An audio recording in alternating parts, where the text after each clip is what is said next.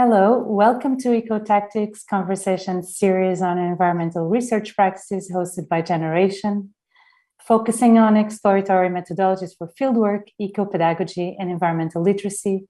This program weaves together a network of practitioners who have been experimenting with novel approaches for ecological research, crossing the fields of art and sound anthropology, media studies, hydro-feminism, and the pedagogical activism. Past sessions included sound anthropologist Stephen Feld, forensic architect Godofredo Pereira, scuba diver and media theorist Melody Jew, and hydro-feminist and educator Astrida Neymanis. All the recordings are available online on Generation website and YouTube channel and serve as a resource for future study. For our last session of this cycle today, I have invited a very special guest whose work I've been following throughout the years, Amer Kanngieser, who is a geographer, sound artist, and Marie Curie Research Fellow at Geography at Royal Holloway University in London.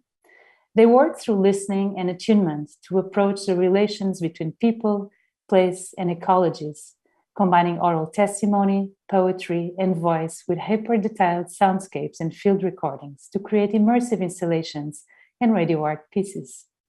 They are the author of Experimental Politics and the Making of Worlds, and Between Sound and Silence, Listening Towards Environmental Relations, forthcoming, and have co-founded the Institute for Freshwater Fish Futures and work extensively in collaboration with Pacific storytellers, artists, advocates, and grassroots organizers. Thank you, Amer. It's a great pleasure to have you today and share your path and your journey that is quite transdisciplinary, much in the line of our topics, and we look very much forward to our exchange and to welcome you here. Thank you so much for inviting me, and I look forward to our conversation. Just going to begin by sharing my screen. That was a very comprehensive introduction. My name is Amer Kanngieser, and I'm a white German first-generation Australian geographer and sound artist with a background in performance studies and sociology, and later for my PhD work in geography and communication studies. So I'm going to talk a little bit about myself, how I came to do the work that I do, some of the main concerns of the work that I do, and the methods that I use, and look at very briefly at a few of the audio works that I've been producing over the last few years. And all of the audio works and the things that I'm talking about are available on my website, amkanngieser.com. So I began working with sound and, working with electronics and stuff from a very young age. I grew up on a boat. This is the boat that I grew up on, where my parents migrated from Germany to Australia, and we lived in the Pacific. My parents were sailors. And so I grew up with a very vibrant soundscape, I suppose you'd call it. The first sounds I heard were the ocean and ham radio, because my father communicated a lot with other sailors, and he was also an electrician. So because of his training and his background, I had a lot of support in learning how to work with electronics and building radios and understanding radio and sound from a very, very young age. When I was about 6, we moved off the boat onto a small island where our neighbors were also German migrants, an elderly German couple who had survived the Holocaust and migrated to Australia. And the elderly gentleman was a political dissident and also a composer, and he'd been composing sound for radio and early television and things like that before he'd moved to Australia, and then also in Australia. And he became a grandfather to me. And so from a very young age with him also, he would get me to record stories and poetry where he would put sound effects to and would play music while I was speaking. And so this was the kind of environment that I grew up in. And I mention this environment because I think it's very important for me to situate the work that I do in this kind of context of growing up on a boat on an island, surrounded by people where there was a great attention, not only to sounds and to the kind of auditory landscape, but also very much a concern with what it means to be foreign, different questions around post-war politics, enforced migration and displacement, and also surviving quite extensive trauma. And so all of these things kind of came together for me in particular kinds of ways. And it really makes me think, and it has always really made me think about sound and one's relationship to place and one's understanding of how one fits into place or how one navigates place in particular kinds of ways, because I think it's very important, and I'm going to talk about this more extensively, listening is something that a lot of people place a lot of emphasis on and has gotten a lot of attention, particularly over the last few years. And I think it's very, very important to think about how our social, political, economic contexts, how the environments that we are surrounded in really affects how we listen and what we hear and what we make from what we listen. So there's this idea that listening is a very universal thing and that we all kind of listen in the same ways. But I want to just quickly bring in a very nice quote from sound studies theorist Jennifer Stoever, because I think this encapsulates the problems with this very much. So she says, a listening subject is comprised of auditory information processed through interactive and intersectional psychological filters that include the habits, assumptions, desires, and repulsions shaped by gender, class, national, regional, and linguistic identities. So, I think when we talk about listening, for the most part, the idea that everybody listens differently it sounds obvious. One would not assume, that a person that has grown up in my position would listen exactly the same as a person that has grown up, somewhere else in the world under very different conditions. So it makes sense that sound and listening is experienced very differently by different people. And I want to also clarify quickly at this point that by listening, I don't mean just like listening with the ears. For me, when I talk about listening, I mean more broadly as like sensing the world, attuning to the world and noticing the world. So,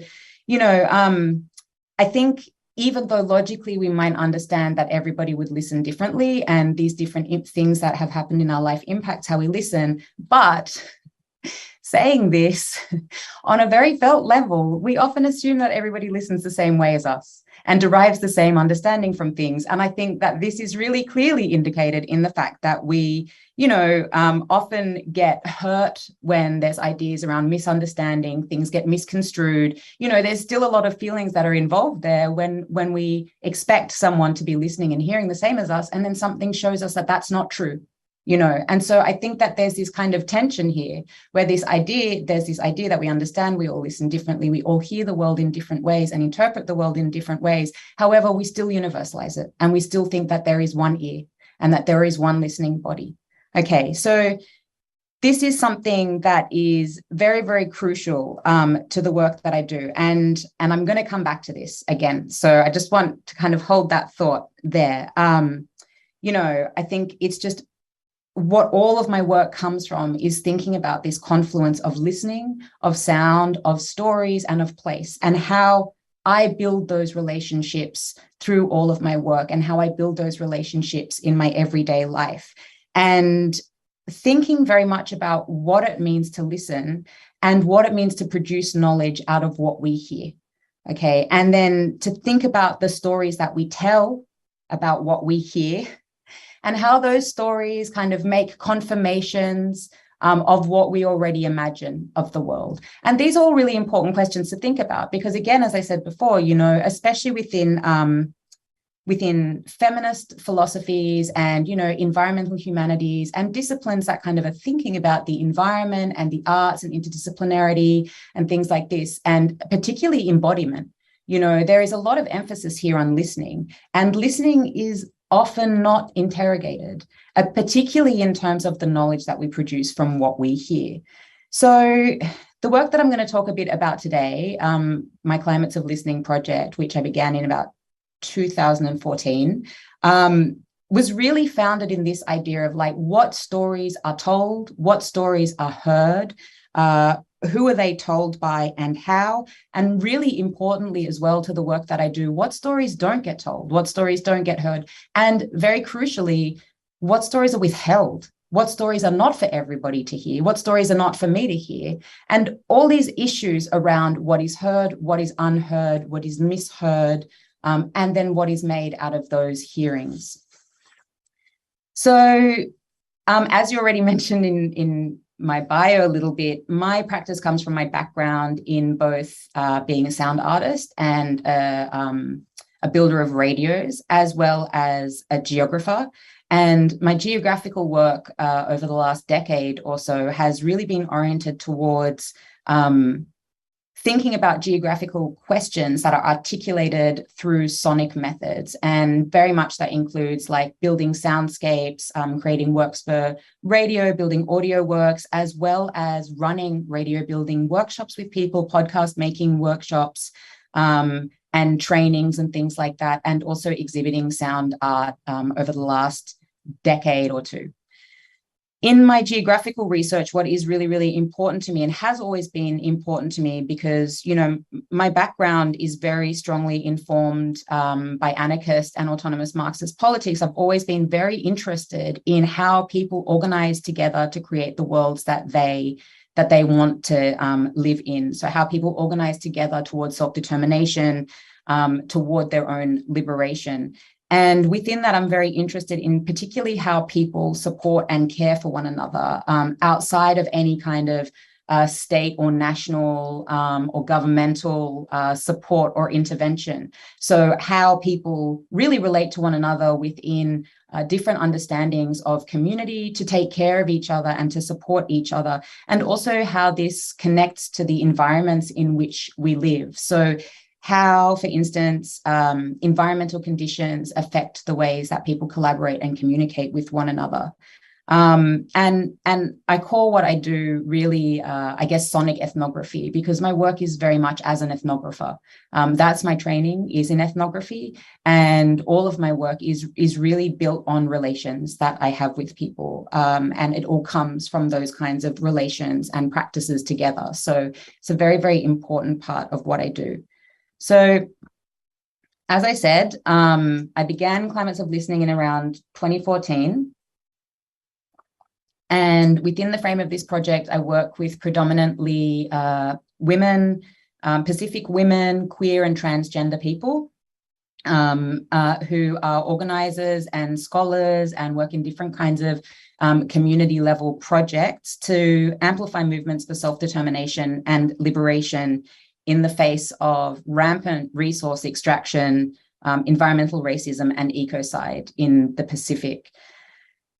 My stake in this personally is that, firstly, you know, I spent a lot of time in the Pacific, in various Pacific islands when I was growing up, living on the boat. And also I have been long aware and in admiration of the work that Pacific, particularly LGBTQIA Pacific organizers, have been doing around climate change and gender justice in the Pacific, and had the opportunity to work with some of the groups that I'd been really kind of looking at for quite a while, like in admiration of the work that they were doing, particularly organizing in the wake of natural disasters and, you know, where there was no kind of economic or social support from governments and things like that. So this is how I kind of came into this work. My personal stakes were always at the front and quite important to me to begin relationally in that kind of way. So when I began this work, what was a priority for me was really tracing out the long and ongoing lineages and impacts of historical colonization in the region, which was also pushed through, largely done as well by Germany, which was very, very interesting for me, given my history as a German person and also an Australian person, was looking as well as those kind of colonial legacies from European colonization in the Pacific and neocolonialism, of which part Australia plays a very large role in the region, and trying to really show how the Pacific as a current environmental frontline has really been tied to, you know, hundreds of years of Anglo-European environmental racism that has been apparent in the region. So looking at the climatic impacts that are happening now and seeing them within this larger lineage,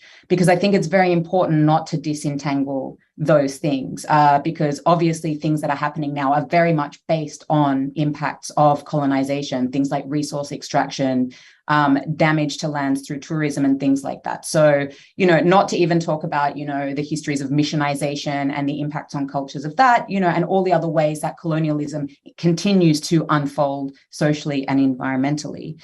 So, just to give some context for people who might not be familiar with the Pacific region, the Pacific is considered one of the world's front lines of climate catastrophe. It's very susceptible to a number of different devastating climatic changes and environmental changes, including sea level rise, intensified cyclones, intensified floods, droughts, coastal erosion, coral bleaching, tsunamis. So really there are a number of different impacts that people are facing simultaneously, which means also that communities are being forced to be very attentive and, I guess, foreground mitigation strategies, because there is really not, I would say there's really not that much movement that's happening on a global scale of, mitigating the disasters that are happening or changing the structures and systems that are causing these disasters to happen. So people are forced to adapt and forced to build mitigation strategies on a community level.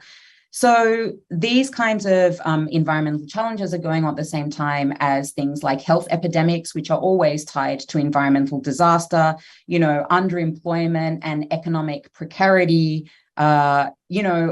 There are all of these issues, geopolitical issues that are coming together in a very acute way across the Pacific.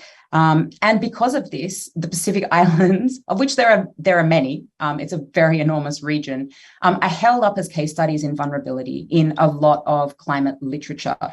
And one of the problems with this idea of vulnerability is that, so there's a very famous Pacific scholar and educator, Epeli Hau'ofa, who talks about the way that the Pacific is seen as, these islands in a far sea, which focuses on the landmass only rather than a sea of islands. And it's really trying to work against this idea of the Pacific as remote, as marginal, and seeing it as this enormous landmass of people that have lived there for a very, very long time and are very, very self-determined and very adept at looking after their environments and their livelihoods. So what my aim with this project really is to expand the kinds of narrow definitions that people often will use around the Pacific, either as, climate heroes or climate victims. That's the way that a lot of frontline communities get narrated in a lot of academic literature and within the media. So to move outside of these definitions of resilience and vulnerability, that the region really does get pushed through governmental NGO policy discourse, popular discourse, media and academic discourse, and to showcase really the various ways, the very nuanced ways that people live with these kinds of catastrophic events and processes on a day-to-day level, to really look at the everyday ways that people are living within the region, and how people attend to what is fundamentally ecocide and has been for a very long time. So I moved to Fiji in 2017 and began working with a number of different groups recording oral testimonies, which is basically audio recorded interviews, poetry, songs, spoken word, a various range of articulations that people wanted to record with me.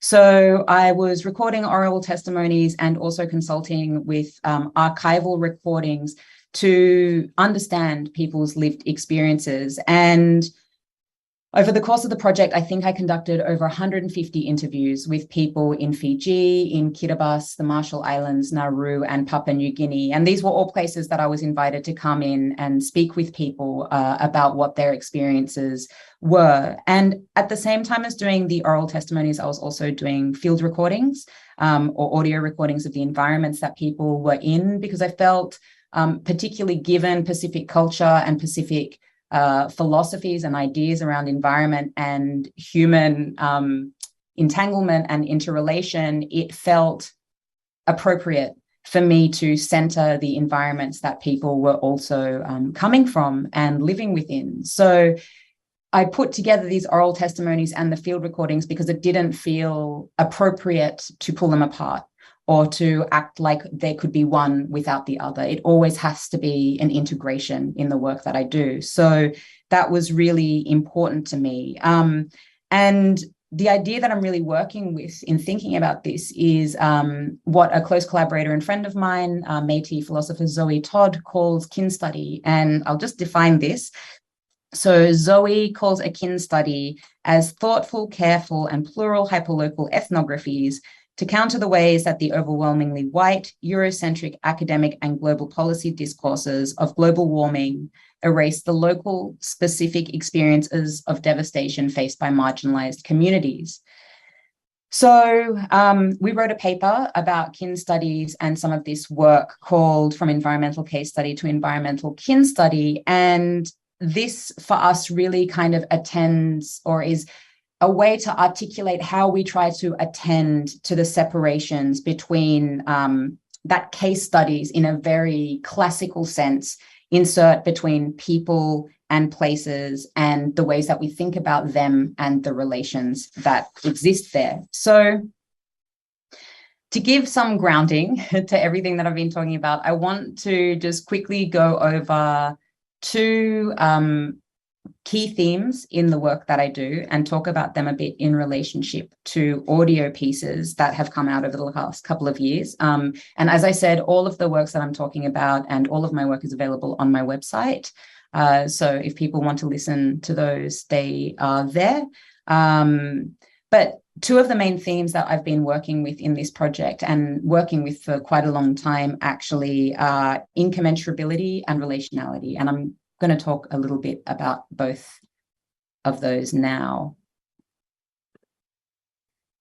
So this is a video here of a very beautiful mountaintop, Mount Badalamu in Fiji. And I wanted to show this because for me, it really encapsulates a lot about when I think about incommensurability or an inability to draw comparison or measure, which is a very important concept and a very important idea for me to work with on a number of levels, particularly thinking about my inability, and I think many people's inabilities to understand climatic catastrophe and to, I suppose, to work through it in some way and to understand as well our place within that and the impacts of that on a lot of communities. So in 2018, I was commissioned by Radio Reina Sofia in collaboration with 4 Fijian poets and artists to create an audio work called In the Eye of the Storm, which was based on the poets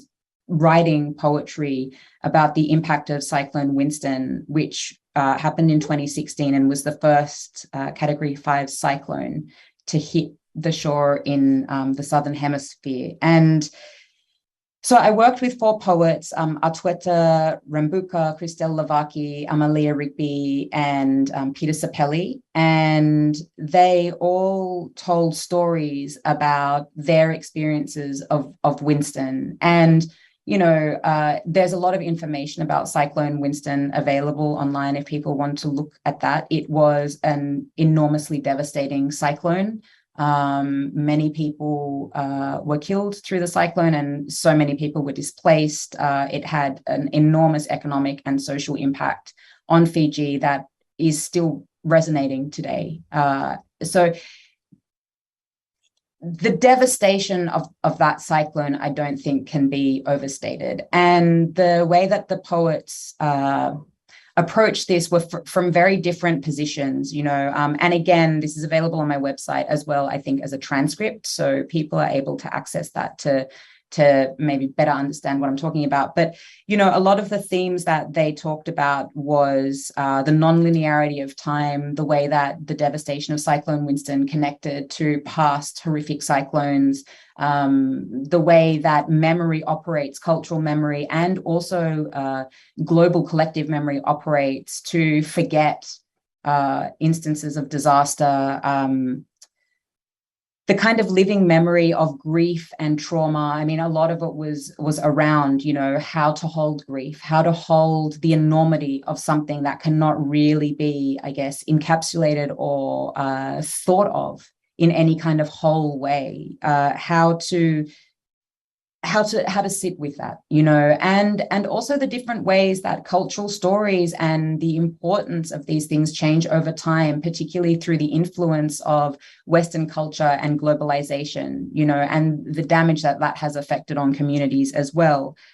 And what was really important for me, because they wrote their pieces and then I kind of wrote around their pieces, and we worked on that together to see how everything would kind of fit in one way. But what was really important for me was how to connect these everyday impacts that they were talking about to these histories of colonization, to draw out how what was experienced in that moment was very much connected to what had begun long before, you know, and to tie together how those Anglo-European ways of understanding the world and separating the world apart continue to have effects that are often, you know, feel imperceptible or are often even hard to kind of put a finger on. They're just so saturated through absolutely everything. And thinking about how the scale of colonization and the scale of those effects are immense, you know, there are no words to describe it.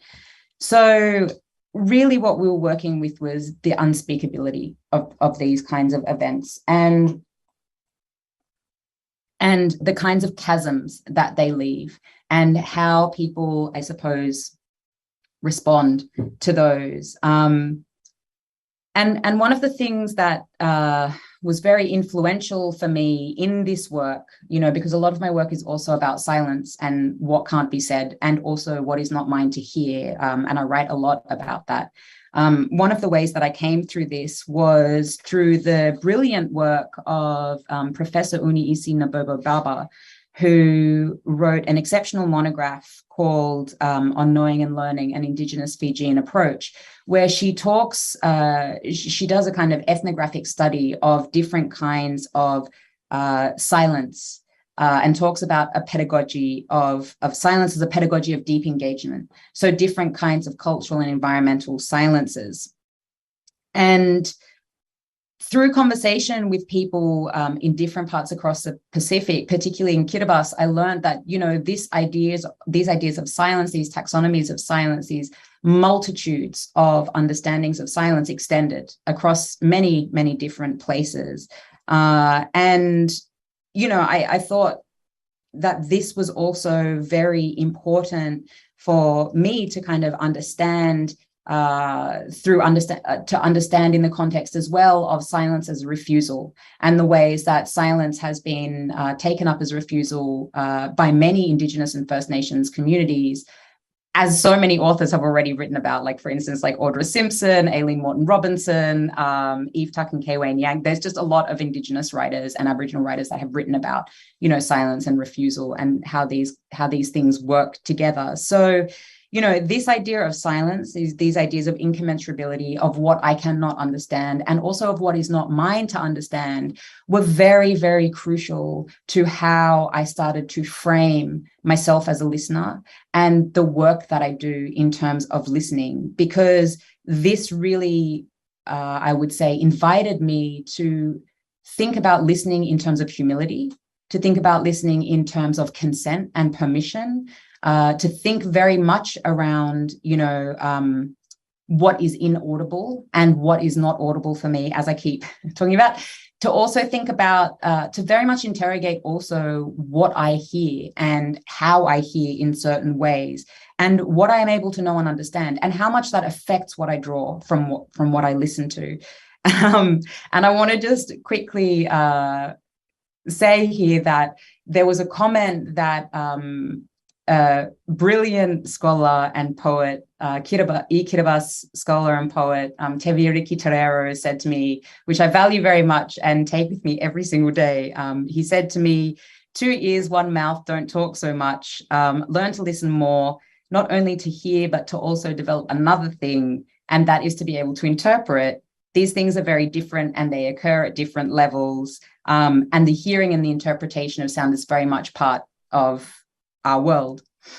So I think really by having these lessons and by having these instructions that I was given, because I spent a lot of time talking to Pacific elders about silence and about listening, and was given a lot of instructions and a lot of guidance around how to do my work, which has been the foundational basis of everything that I do, was taking that guidance and that instruction. And I'm extraordinarily grateful for the opportunities that people gave to me in telling me the things that they told me.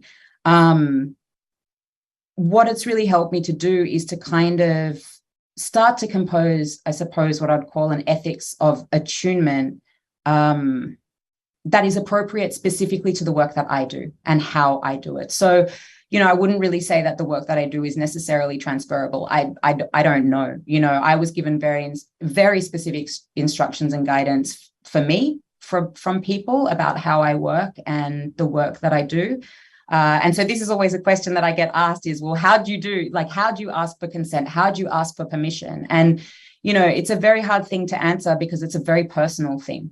It's a very personal thing that I feel has, been developed over many, many, many years, and asking many questions and making many mistakes and having very, very firm guidance from the people that I work with as well around this. So, the way I try to communicate it, though, is, again, thinking about how we position listening to understand it as more than just oral hearing, as I said before, to really think about it as sensing, attuning, and noticing, and to really, for ourselves, to take the time to figure out what attunement actually means, how to attune to particular environments, and, how to attune to, again, what is not for us.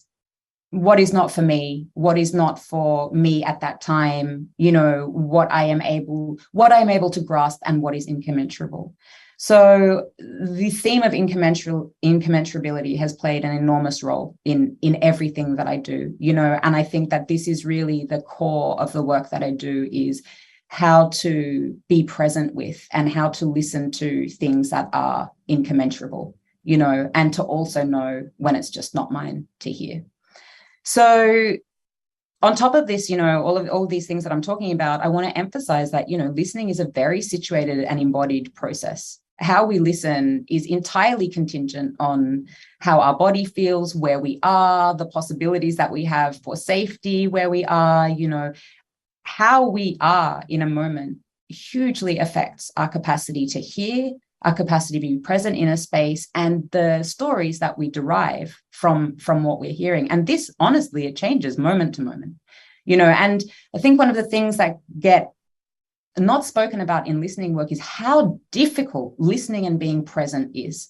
I run a lot of listening workshops with people, and consistently the feedback is that it's very hard to sit and listen, even for 3 minutes, to just sit and listen for 3 minutes, I have now a decades-long practice of listening meditation, which I do more or less every day, and have over time been able to develop the capacity to do the listening work that I do. And I can still say to this day that is the hardest thing that I can do. It is so difficult to actually be present and to try to listen with openness and to try to catch myself when I'm making assumptions, or when I start to feel bored, or when I start to feel tired, or I can't be bothered anymore, I'm disengaged. There are all of these things that for me in my work, I have to be aware of when I'm undertaking my work, particularly doing interviews with people or field recordings, where I have to be very aware of my relation to the place and to the people and to myself. and to be very honest, very, very honest and very observant of those kinds of things. So I think that's, that really kind of brings me to a second very important theme in the work that I do, which is relationality, which is how we relate to each other and how we relate to the world. And I'm not just talking about here the current connections of relationality, but more in the sense of understanding time as nonlinear, understanding the past always in the present, always in the future, that these things are always entangled and are always co-constitutive and co-informational in all kinds of ways that we can't even, I think can't even imagine. So as I mentioned, as I was coming into this work as a white first generation Australian of German heritage, I wanted to find ways that I could address and analyze my own complicity and my own lineages in the work that I do, and to really kind of, not to center this, but to certainly be very honest about it and very attentive about it. And it was fantastic for me because in a lot of my interviews and interactions with people across the Pacific, people are very open about this, right? And it's very obvious. Like, there are so many white academics that go to the Pacific to talk about climate change that it was a real relief to be able to say, yeah, this is who I am. This is where I'm coming from. These are what my stakes are. This is what I bring with me. This is what I can do. This is what I can't do. And to actually be very, very upfront about that from the very beginning. I think that there's no point in trying to hide things or trying to lie. I think the best approach is always to just state very clearly, this is what I bring with me, and I understand what I bring with me. Like, I'm not going to try to obfuscate that or to pretend otherwise. There are such devastating power relations across the region with Anglo-European colonizers within the region that I think, putting those things on the table at the beginning to really kind of understand my own complicity in both, and the lineages that I carry in ongoing and historical dispossession and profiteering of Pacific resources, and how to, I suppose, acknowledge that and also enact respectful and mutual and reciprocitous relationships with people, that is driven by, to ensure that my work is also driven by people's concerns and what people see that I can bring to them, to really think about, what do I actually contribute? What is the point of my work? How do I reallocate resources? What am I doing here? I think is a very important question to always ask. Why am I here? Do I need to be here? To always think about that relationality. So, in the work that I do, I work with a lot of Indigenous Pacific Islanders and also a lot with other Indigenous people. And I think it's really important as well. There's this real kind of, I suppose, enthusiasm at the moment, particularly amongst white and non-Indigenous academics around Indigenous approaches to relationality and kinship and land. And I think what's very important as well for me is to say, that is not mine. That's not mine. I have to figure out what is mine. But in taking up Indigenous ontologies as my own, or creating some kind of fetish out of them, or trying to be particular ways, is not appropriate. And to really think about where lines of appropriation fall and what is mine to do and what is mine to kind of, where is my position in this, and to always be very, very careful around not being appropriative, not kind of thinking, oh, okay, well, because Indigenous people do this, then I can do it. Absolutely not. So this is very much part of the work that I've been doing. And I think, to really consider who I am and who we are, who the we, that is the listeners, are. And for me, I tried to thematize this a lot in a work that I did for the Art Centre in Melbourne called Submersion. And this is a photo of me recording the piece. So the piece came from the idea that it's very hard for people who are at non-climate frontlines to really understand what climate frontlines are going through. And I made this piece to basically kind of say, right, well, 3 meter sea level rise, this is what it would look like in Melbourne. And it came very much from my own experience of an inundation event while I was in Tarawa in Kiribati, where the water rose and completely inundated the road. It completely inundated a village that we were staying near. And I noticed that people were kind of not batting an eye. Like, there was kids playing in the inundation. There were people playing with a dog. There were people sitting on the side of the road eating ice creams, while myself and my friend who was there with me were like, oh my God, like what is happening? You know, there's just water coming in everywhere. So, you know, this piece really talked about what it felt like to be an observer of this kind of event and how that might translate to a different context in an Australian context. And so that is also, I think, available to listen to online. I'm just very aware of the time. We don't have to be sharp on the hour. Okay. So according to your rhythm as well, we can keep going. Okay. Yeah. So, I mean, I'm very much almost close to finish because I would really like to talk about some of these things more with you. But yeah, so I really, in that piece, really wanted to think about, you know, what does it viscerally feel like to experience a flooding event? What does it mean to experience when that is in one's home? And what does it mean to experience when one perceives that as something that is far away, that is not kind of related to where we are? And again, like, I think I was really trying to think through this idea of, you know, what does it mean to be an outsider listening in? What do I bring with me when I listen? What assumptions do I make? You know, what impacts does my presence really have on a particular place that I'm in? So this all kind of brings me back to this thing that I was talking about before, about this idea that listening is kind of taken up in a lot of ways as this kind of benign universal event, that we all listening in the same ways, you know, that we all kind of experience the world in the same ways, that we, even though we know it's untrue, that we have these assumptions about how other people experience the world based on how we listen, you know. And there's been a lot of work written on this. Dylan Robinson has, a couple of years ago, put out a fantastic book called Hungry Listening, where he talks about settler colonizer listening, and he talks about listening as, particularly listening as certainty, as settler colonizer kind of logics of violence and of ownership and possession. You know, so I think there's a lot of work around this to draw on that people are really trying to thematize at the moment. And so I suppose with my work, I'm trying to intervene, I suppose, in some of the ways that listening gets positioned as this kind of general good thing, like I'm listening and learning, you know, listening as a benign kind of thing, or listening also as a somehow radical or political activity in itself, which it is not, you know. And so I think, yeah, that's what I'd really like to kind of continue to talk about, is the ways that listening is left uninterrogated, you know, despite the fact that, you know, we have such strong cultures of interrogating visuality and the gaze, you know, the idea that the ear is somehow still universalized, you know, and where these ideas come from as well. And, you know, I think Sylvia Winter is very good to read on this, about ethnoclass man and the Eurocentric body and the idea of what constitutes, you know, a body that is being dismantled all the time. So anyway, I'll leave it there. I have a lot to say on these themes, but I'll leave it there for the moment. Thank you, Amer.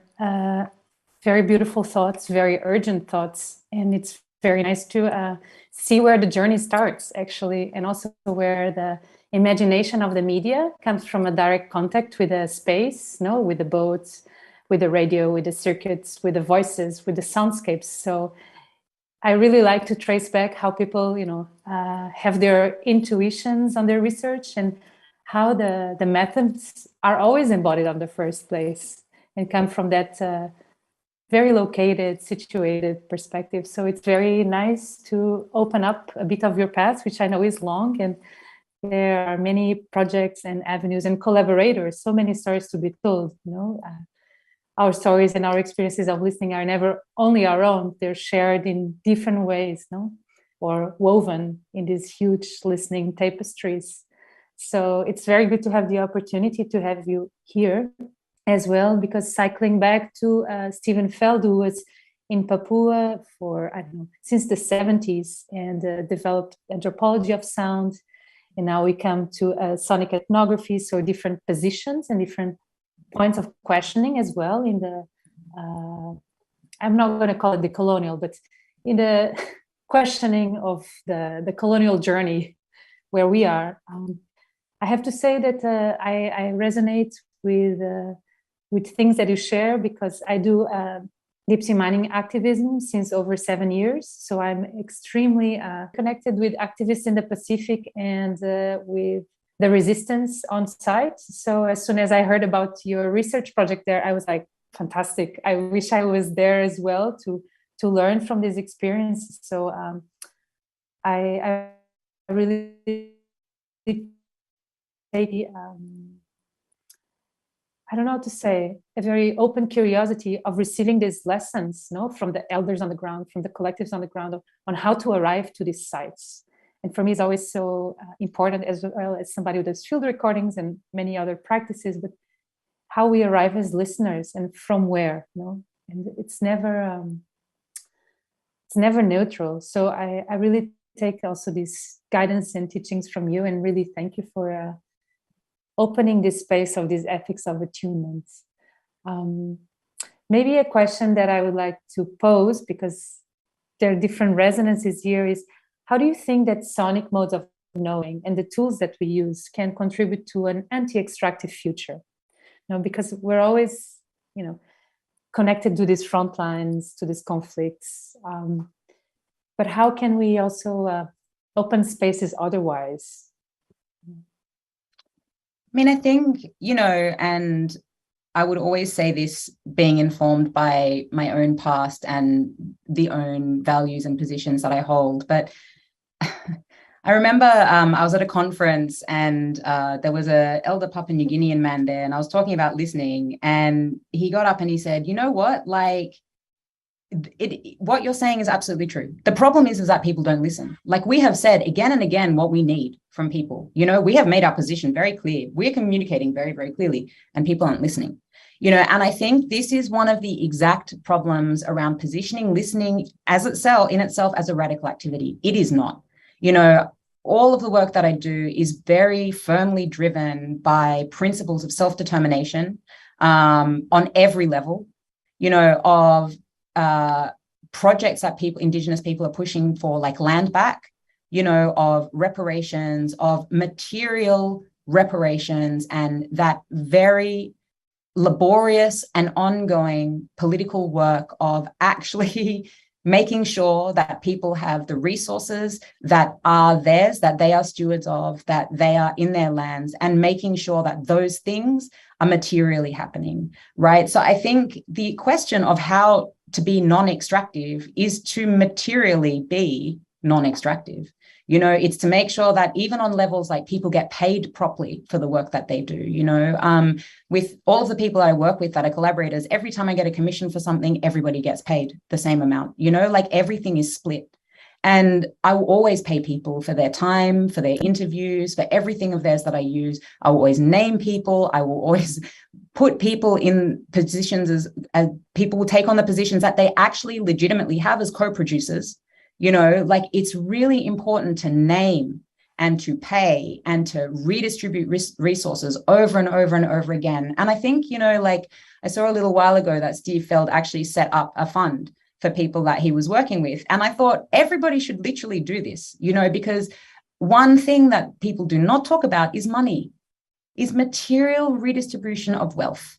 And I know that for a lot of academics and artists, the argument is always like, well, we don't have the money ourselves. And I always think, well, then if we don't have the money ourselves, we should not be going into places and exploiting and extracting from people. It's as simple as that.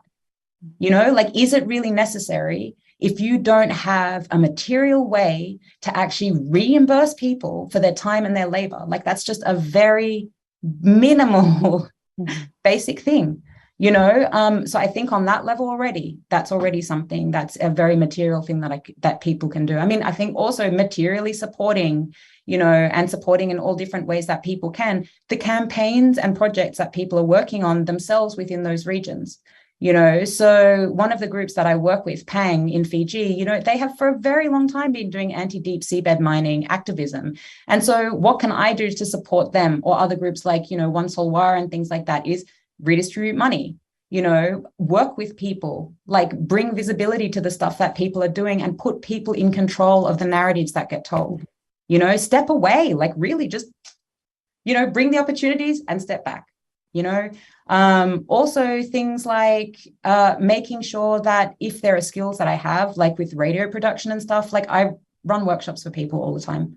You know, if people want a podcasting workshop, they'll get it. And I'll make sure that people have got recording devices and microphones and absolutely everything, you know, and not policing how people do things, like just giving skills, giving resources and going hands off.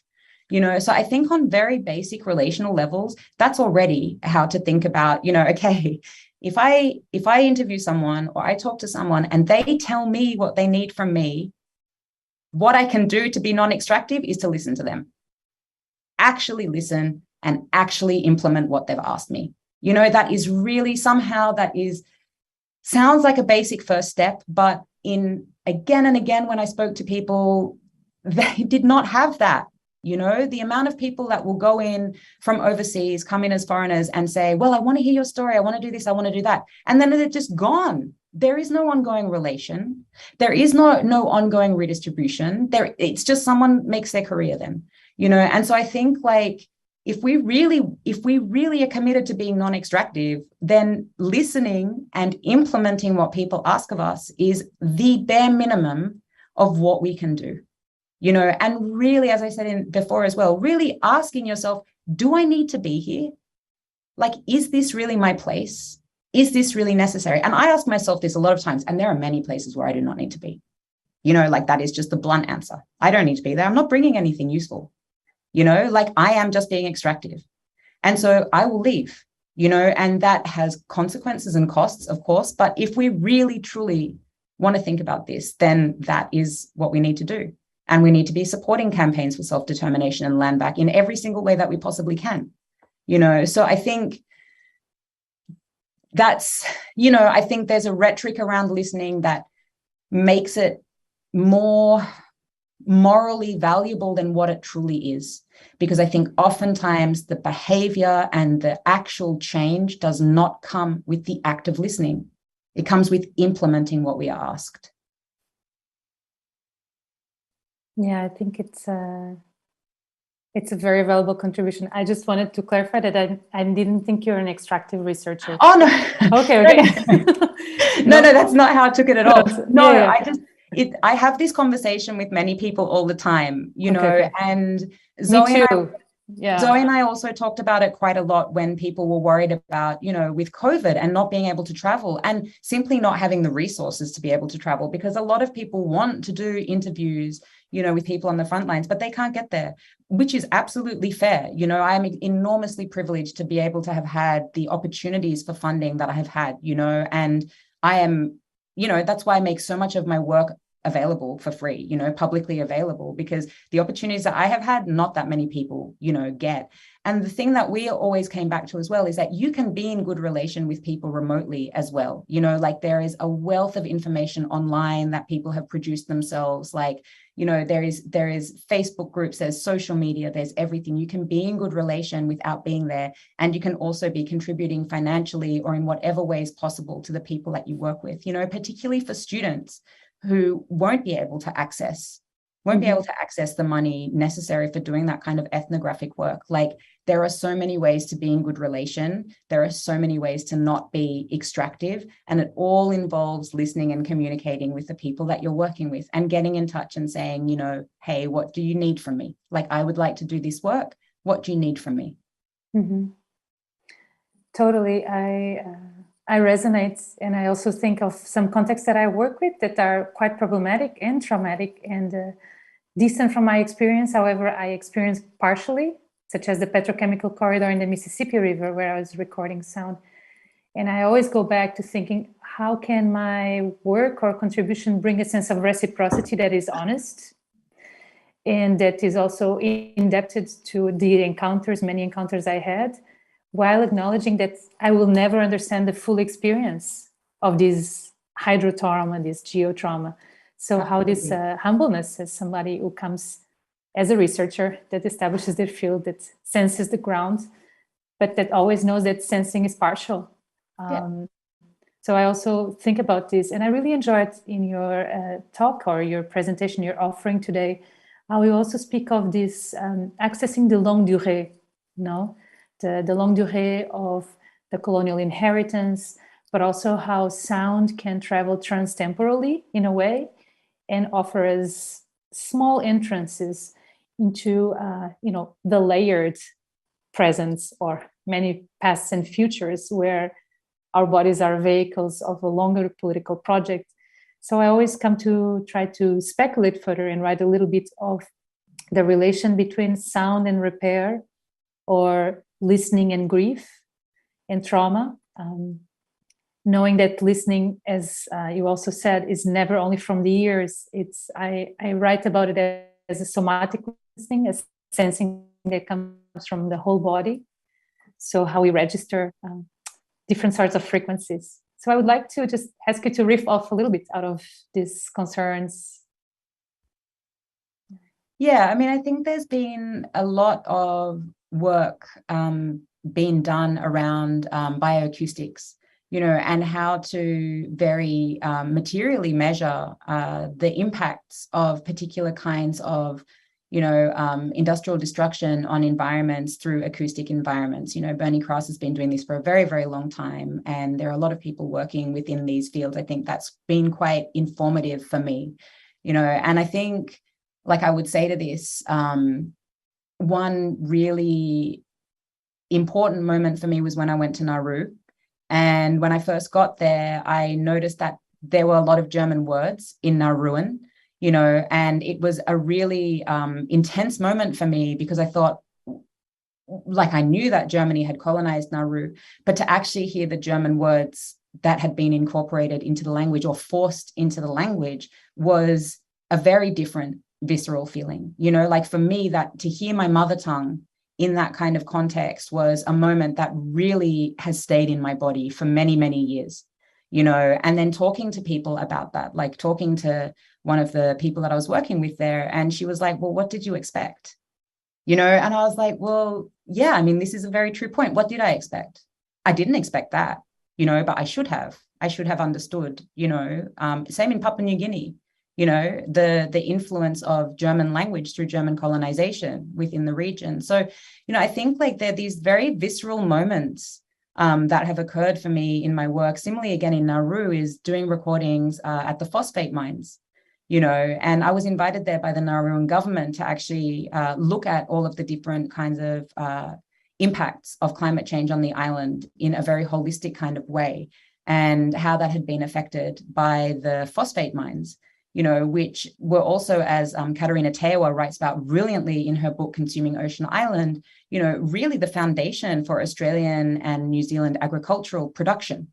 So the impact of actually listening at these places and being able to viscerally experience that history, like that knowledge of that history, and then being able to hear it, I think is, for me at least, and again, it is felt, like it is, I feel it all through my body, it changes who I am. Like, I carry it with me everywhere that I go, still to this day. And I think that's something for me that is very crucial. And that's why I do this work, is because those things really stay there. And I think, there's a possibility, obviously there are a lot of things that can't be heard. And I think that that's also something very interesting, where people are trying to grapple with things like sonification of scientific data and stuff to try to make things heard. And, I often, like, I love the experimental form of that. I really love the kind of idea of experimenting with different forms of climate communication. I often wonder, like, how they are received.